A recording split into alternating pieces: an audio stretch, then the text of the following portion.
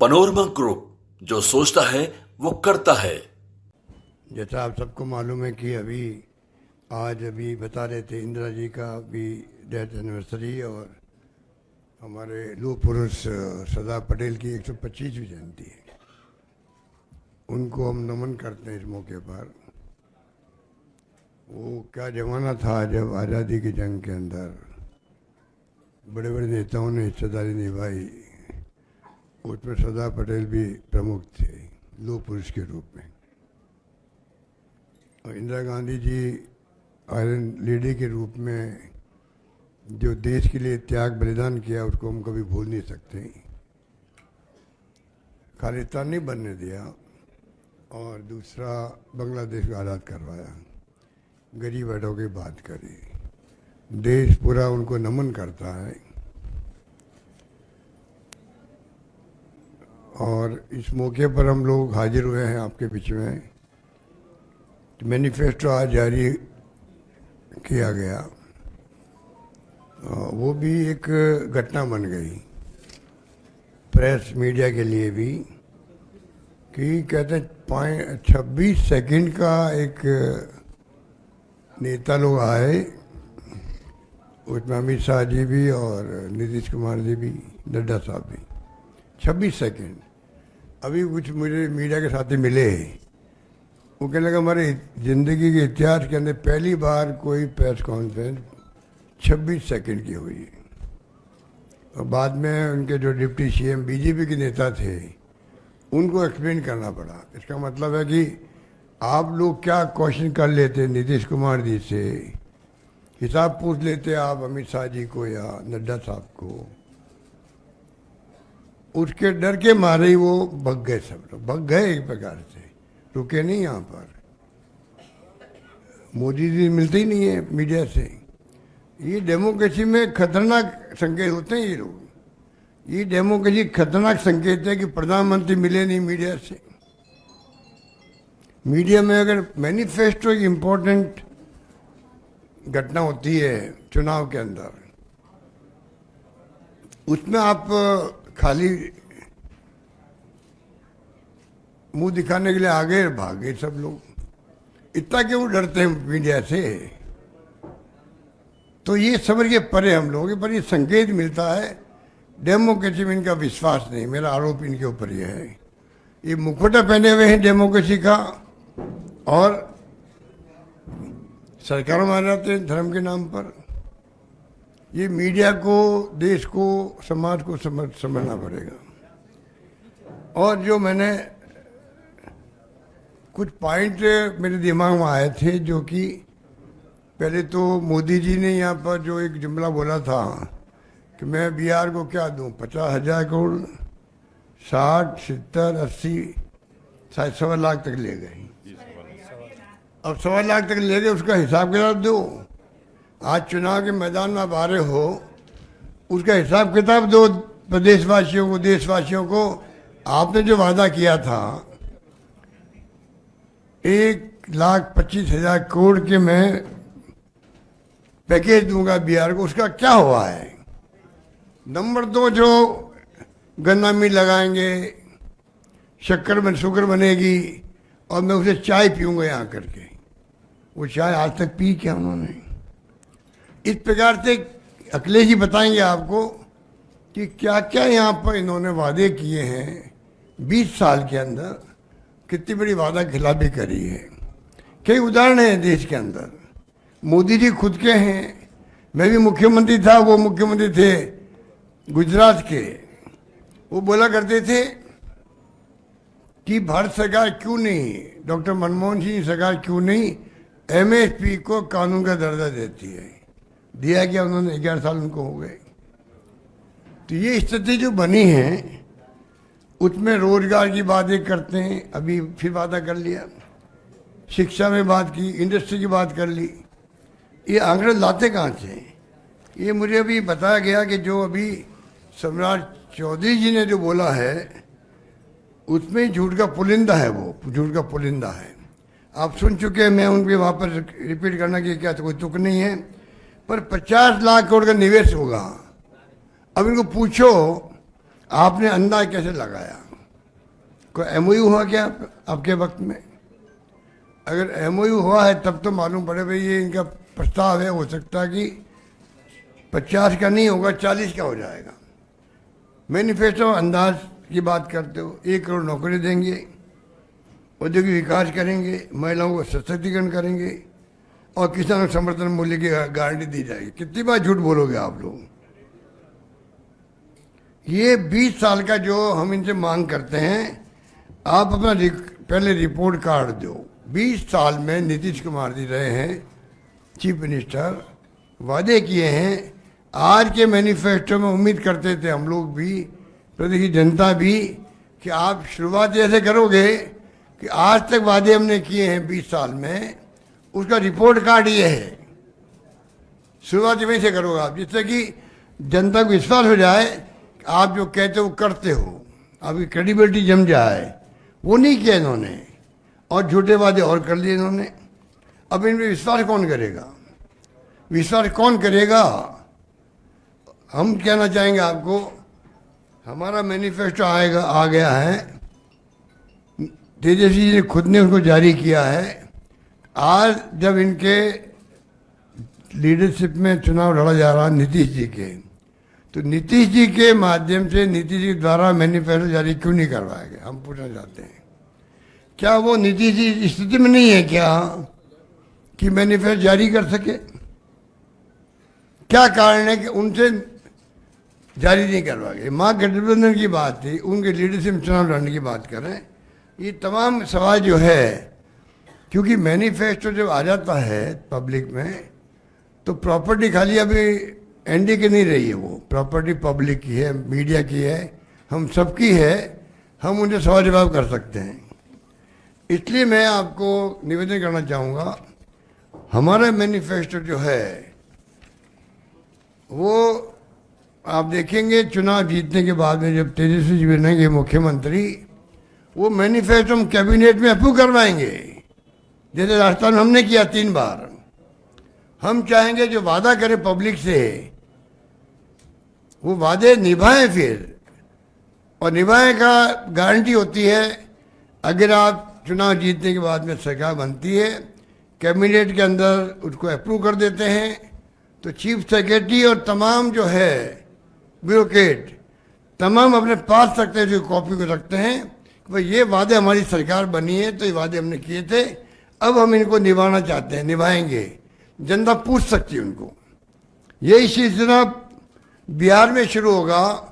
Manifesto चुनाव जीतने के बाद में वो कैबिनेट में अप्रूव होगा और उसके बाद में वो लागू होगा। ये हम आपको निवेदन करना चाहते हैं।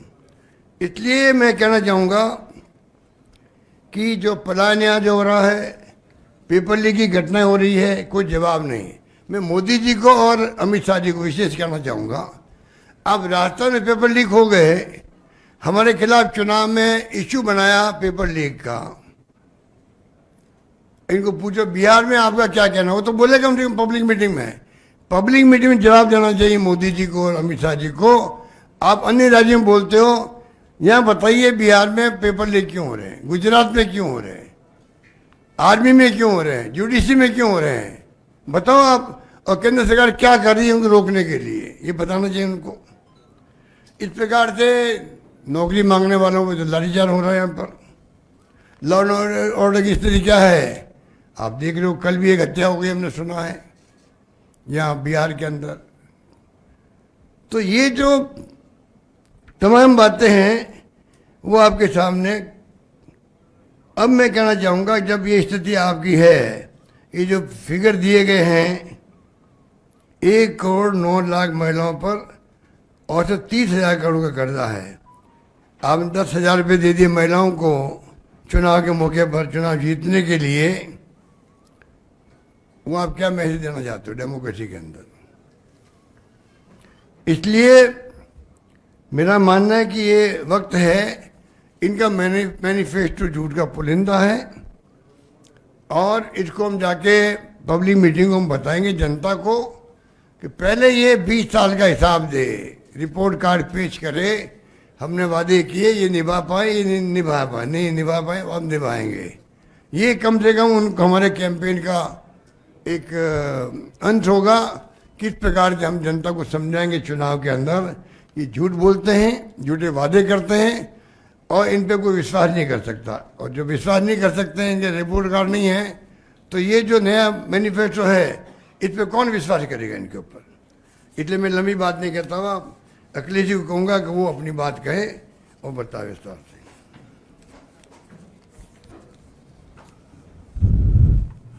परम आदरणीय अशोक गहलोत साहब, राजेश जी, अनुपम जी और आप सभी प्रेस के मित्रों, जैसा कि हम सभी के नेता ने विस्तार से अभी एनडीए के मैनिफेस्टो पर चर्चा की, उनसे अपने को संबद्ध करते हुए सरदार पटेल साहब के जयंती पर और पूर्व प्रधानमंत्री इंदिरा जी के पुण्यतिथि पर हम उनको याद करते हैं, श्रद्धा सुमन अर्पित करते हुए अपनी बात की शुरुआत यहाँ से करते हैं कि आज जो 7 सेकेंड का फोटो शूट आउट हुआ मैनिफेस्टो रिलीज के नाम पर, सर ने तो 26 सेकेंड कहा, लेकिन मैं भी घर में बैठ के टीवी में देख रहा था।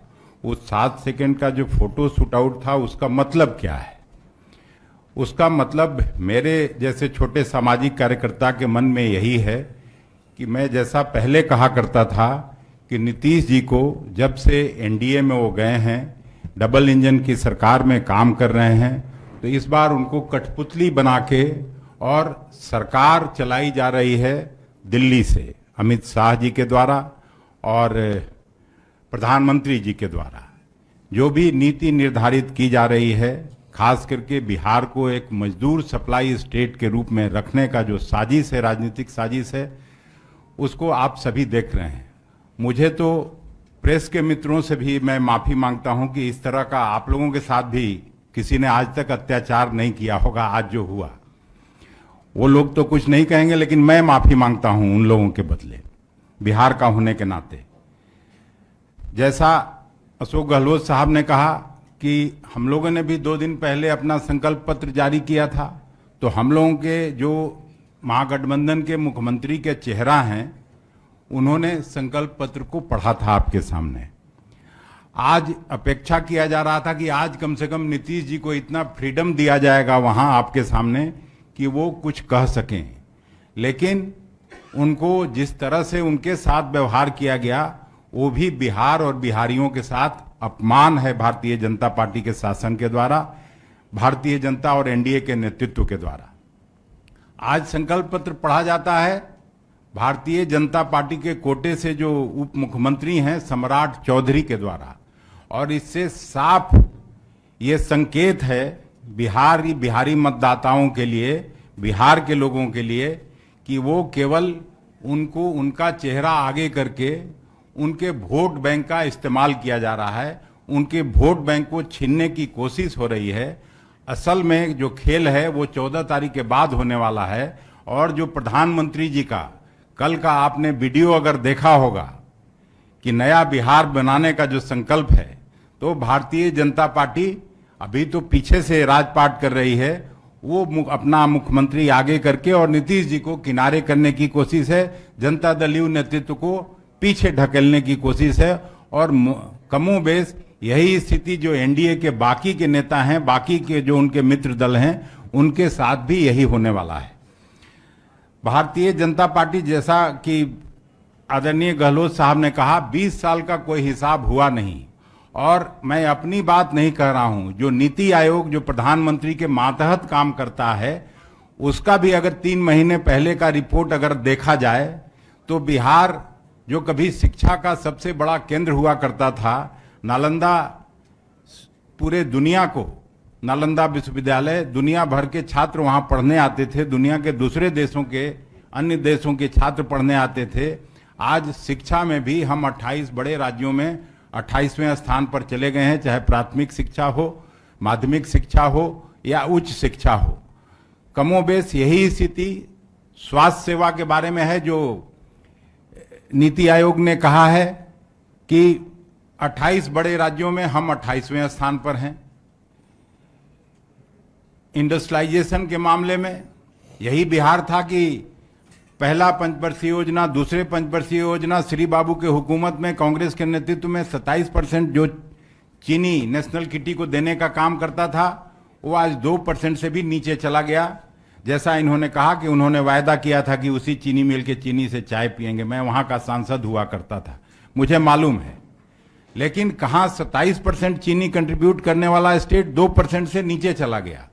और इंडस्ट्रियलाइजेशन में भी, पब्लिक सेक्टर इन्वेस्टमेंट में भी 28 बड़े राज्यों में हम खिसक के 28वें स्थान पर चले गए। मोर और लेस प्रायः सभी विभागों की स्थिति यही है। सबसे कम आय आज बिहार के लोगों की है। सबसे ज्यादा पलायन किसी अगर एक स्टेट से हो रहा है तो वो बिहार है। और बड़े बड़े लोगों को ये कहा जाता है कि यहां जमीन की कमी है इसलिए इंडस्ट्री नहीं लग रहा है। और दूसरी तरफ प्रधानमंत्री जी के मित्र को 1000 एकड़ दिया जाता है 1 रुपए के हिसाब से। तो ये कितना बड़ा कॉन्ट्रडिक्शन है, इस बात को आप अच्छी तरह से समझते हैं। अकेले नीतीश जी के हुकूमत में 53,000 से ज्यादा हत्याएं हुई। और कल आपने देखा कि एक राजनीतिक हत्या मोकामा में दुर्दांत अपराधियों ने वहां की है। उसके ठीक एक दिन पहले टेकारी में अटैक होता है। तो ये लोग बात जरूर जंगल राज की करते हैं, लेकिन नीतीश जी और एनडीए के हुकूमत में बिहार में गुंडा राज स्थापित हो गया है। कुछ दिन पहले हम लोगों ने देखा था कि यहीं एक उद्योगपति की हत्या हुई 20 गज की दूरी पर। और ये वो जगह है जहां कलेक्टर साहब रहते हैं 50 गज की दूरी पर, सीनियर एसपी साहब रहते हैं 20 गज की दूरी पर। उनके बेटे की भी हत्या 4 साल पहले हुई थी, तब भी हम लोग उनके घर गए थे। तो ये भयावह स्थिति एनडीए के हुकूमत में बिहार का हुआ। बिहार बद से बदतर लगातार होता जा रहा है। और किसी को भी मुंगेरी लाल के हसीन सपने पर विश्वास नहीं रहा। कोई भी आम बिहारी से लेकर जो सोचने समझने वाले लोग हैं, पढ़े लिखे लोग हैं, किसी का भी भरोसा उन पर नहीं रह गया है। बिहार भगवान भरोसे चल रहा है। हम इन सब बातों को जनता के बीच ले जा रहे हैं। आज जो ये झूठ का पुलिंदा इन लोगों ने लाया है उसको भी हम लोग जनता के बीच उजागर करने का काम करेंगे। और बेरोजगारी का जो ये संकल्प लिए हैं, अपराध का जो इन लोगों ने फिर से संकल्प लिया है, भ्रष्टाचार का जो संकल्प लिया है, यही है एनडीए का टायर्ड और रिटायर्ड मैनिफेस्टो। इन्हीं बातों के साथ आप सभी मित्रों को मैं धन्यवाद करते हुए अपनी बात समाप्त करता हूं। बहुत बहुत धन्यवाद। अनुपम जी।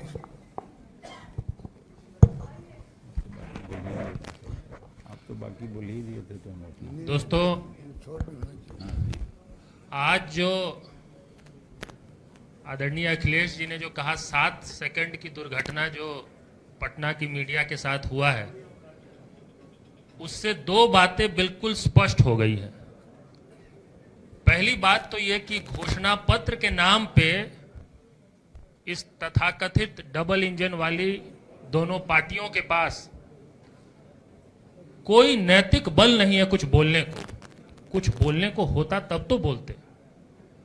न नैतिक बल है, न नीति है और न नियत है। इसीलिए 7 सेकंड की यह दुर्घटना हुई। इसको हम घटना नहीं कहेंगे, यह दुर्घटना है। और दूसरी बात जो स्पष्ट हो गई है कि भारतीय जनता पार्टी की कहीं से भी इच्छा नहीं है कि अगर उनकी सत्ता आती भी है तो नीतीश कुमार उनके मुख्यमंत्री के उम्मीदवार होंगे। आप देखिए, महागठबंधन की तरफ से घोषणा पत्र को पढ़ने का काम महागठबंधन के मुख्यमंत्री पद के उम्मीदवार ने किया और उनकी तरफ से जो भी बात बाद में रखी गई वो सम्राट चौधरी जी ने किया। तो भाजपा की नीयत स्पष्ट है। वो नीतीश जी का भी शिंदेकरण करना चाहते हैं, लेकिन वो मंसूबा भी पूरा नहीं होगा क्योंकि वो सत्ता में आने वाले ही नहीं है। तो 2 बातें तो ये स्पष्ट है आज की 7 सेकंड की दुर्घटना से। दूसरी बात दोस्तों, 20 साल सत्ता में रहने के बाद घोषणा पत्र जारी करने का कोई अर्थ नहीं रहता है। आपको रिपोर्ट कार्ड जारी करना होता है। आपको यह बताना होता है कि आपने 20 साल में क्या किया है। आपको बिहार के उन युवाओं को जवाब देना होता है जिनको आपने मजबूर कर दिया है भीषण बेरोजगारी के कारण सैकड़ों हजारों किलोमीटर दूर पलायन करने को।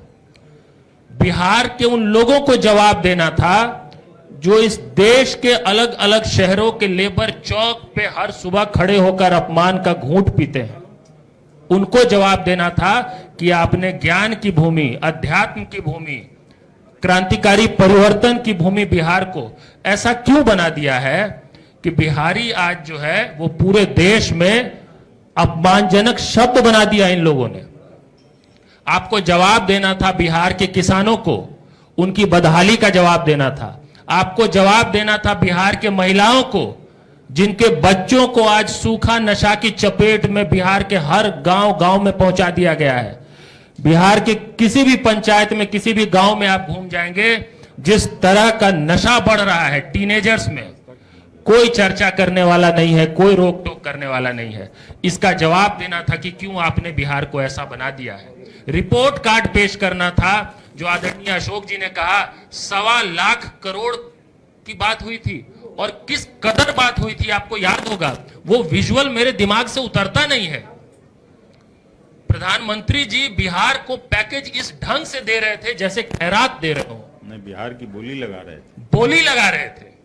30,000 दे दूं, 40,000 दे दूं, करोड़ में, 50,000 दे दूं, करोड़ में 1.25 लाख करोड़ दे दिया। अरे भाई, आप कहां से पैसे लाके दे रहे थे? आप अपनी पैतृक संपत्ति बेच के बिहार को पैसा दे रहे थे क्या? इस तरह बिहारियों को अपमानित करके आपने जिस पैकेज की घोषणा की उसका रिपोर्ट देना था आज, उसका कोई अता पता नहीं है। बिहार में बाढ़ के कारण, सुखाड़ के कारण जो स्थिति है, मैं कोसी के इलाके से आता हूं, क्या हालत है कोसी की आज, उसका रिपोर्ट कार्ड देना था। रिपोर्ट कार्ड देने वालों ने रिपोर्ट कार्ड पे बात न करना पड़े, जिनको श्वेत पत्र देना था वो घोषणा पत्र का ड्रामा करते हैं, घोषणा पत्र के नाम पे आपके साथ दुर्घटना करते हैं। ये अपमान मीडिया का भी है, बिहार के हर नागरिक का है, युवाओं का है, महिलाओं का है, किसानों का है। और इस अपमान का बदला आने वाले इस चुनाव में बिहार के लोग हर हाल में लेने वाले हैं। बहुत बहुत धन्यवाद। आपके सवाल? Thank you. चलिए, धन्यवाद। हाँ, सवाल था सर। मोकामा में जो घटना हुई है उस पर क्या प्रतिक्रिया था आप लोगों की? आरोप नहीं। सत्ता के जेडीयू के जो प्रत्याशी हैं उन पे आरोप लग रहा है। नहीं, उस पर कड़ी कार्रवाई की जानी चाहिए और उसकी हम न्यायिक जांच की मांग करते हैं। जिस स्थिति में वो हत्या हुई है, यहाँ के चुनाव को प्रभावित करने के लिए, राजनीति को प्रभावित करने के लिए, उसमें कोई पटना हाईकोर्ट के जज, सिटिंग जज से उसकी जांच कराई जाए, तभी दूध का दूध और पानी का पानी होगा। किसने हत्या की है वो भी खुल के आ जाएगा। इसमें एक चीज मैं ऐड करूंगा। इस वक्त आप देखिए, कोई भी आम लोग जो सफर कर रहे हैं वो परेशान है छानबीन से, जांच से कि भाई गाड़ी में क्या है, आपके क्या नहीं है। हम समझते हैं ये आवश्यकता है। आप समझिए, एनडीए प्रत्याशी के काफिले में बंदूक बारूद था, यह सवाल तो पूछा जाना चाहिए ना, कहां से आ गया? एक आम आदमी अपनी कार लेके निकल रहा है तो उसको हर 40 किलोमीटर, हर 50 किलोमीटर पे डिक्की खोलो, सीट के नीचे दिखाओ, सब वो कर रहा है और वो कंट्रीब्यूट कर रहा है, सहयोग कर रहा है। लेकिन एनडीए प्रत्याशी की गाड़ी में, काफिले में बंदूक बारूद, ये सवाल तो बनता है ना। तू नहीं है, ये जंगल राज यही है, जंगल राज यही है, गुंडा राज यही है, आतंक राज यही है। 1 2 3 4 नहीं होता, इसी को कहते हैं जंगल राज।